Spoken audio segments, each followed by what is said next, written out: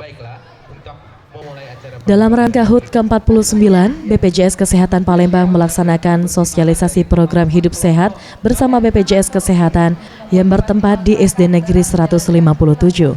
Rangkaian kegiatan dimulai dengan senam pagi bersama dan sosialisasi cara mencuci tangan dan menggosok gigi yang benar.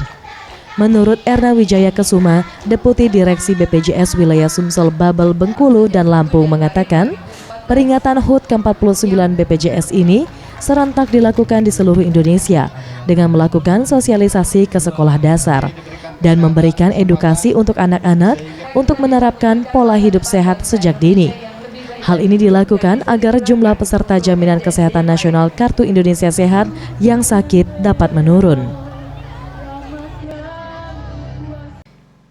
Pada hari ini, jadi sesuai dengan rangkaian kegiatan itu dan berdasarkan instruksi Presiden nomor 1 tahun 2017, bagaimana kita ketahui, untuk menggalakkan gerakan masyarakat hidup sehat, sehingga kita bersinergi dengan seluruh jajaran kesehatan, baik dinas kesehatan maupun pelaku dari kesehatan itu sendiri, untuk melaksanakan kegiatan promotif preventif, di mana sasaran kita pada hari ini adalah mengajak anak-anak usia sekolah.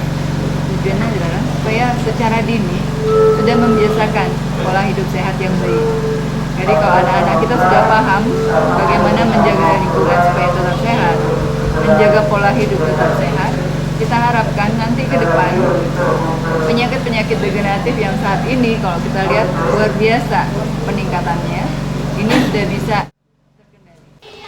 Dalam kegiatan ini juga BPJS Kesehatan melakukan pengecekan kesehatan gigi dan THT yang dilakukan secara gratis untuk siswa SD Negeri 157.